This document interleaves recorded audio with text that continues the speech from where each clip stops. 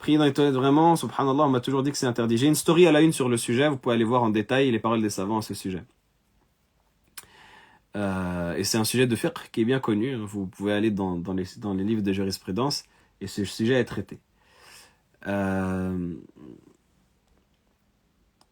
Et bien évidemment, il faut faire attention quand on prie dans les toilettes à ne pas se prosterner sur une impureté, à ne pas à essayer d'éviter d'être en direction d'une impureté et à faire en sorte qu'on ait un espace voilà, pur. Essayez par exemple de prier dans des toilettes vastes, handicapées, où vous pouvez vous éloigner un maximum de l'endroit où il pourrait y avoir des impuretés.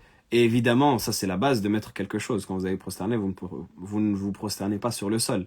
Vous essayez de mettre quelque chose et là, Inch'Allah, ce sera autorisé. Peut-on prier avec de la saleté, boue, chantier, etc. Oui, tant que ce n'est pas une impureté. Si c'est de la boue, il n'y a aucun problème.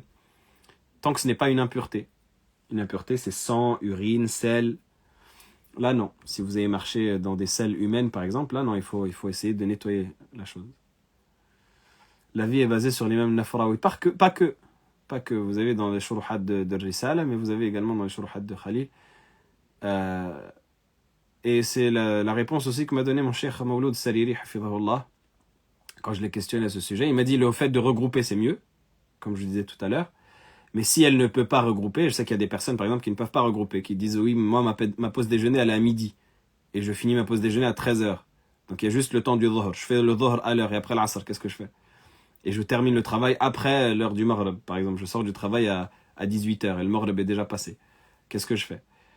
Eh bien, ces personnes-là, on lui dit, voilà, pour la prière du asr, comme je me souviens très bien de la phrase du cheikh, hafidhahullah, qui disait que les toilettes, c'est son masjid à ce moment-là. On sait que c'est évidemment que ce n'est pas bon, évidemment que ce n'est pas une bonne chose, que c'est détestable, voire interdit selon les avis. Mais quand on compare cela au fait de retarder la prière et de la sortir de son temps, eh bien, le moindre mal, c'est évidemment cela. Et le prophète sallallahu alayhi wa sallam a dit « al-ardu masjidan wa tahura » et toute la terre m'a été donnée en lieu de prière et en lieu de purification.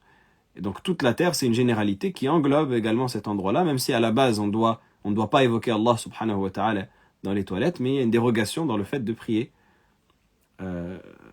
surtout quand la nécessité se pose. Par contre, je me permets de citer, et ça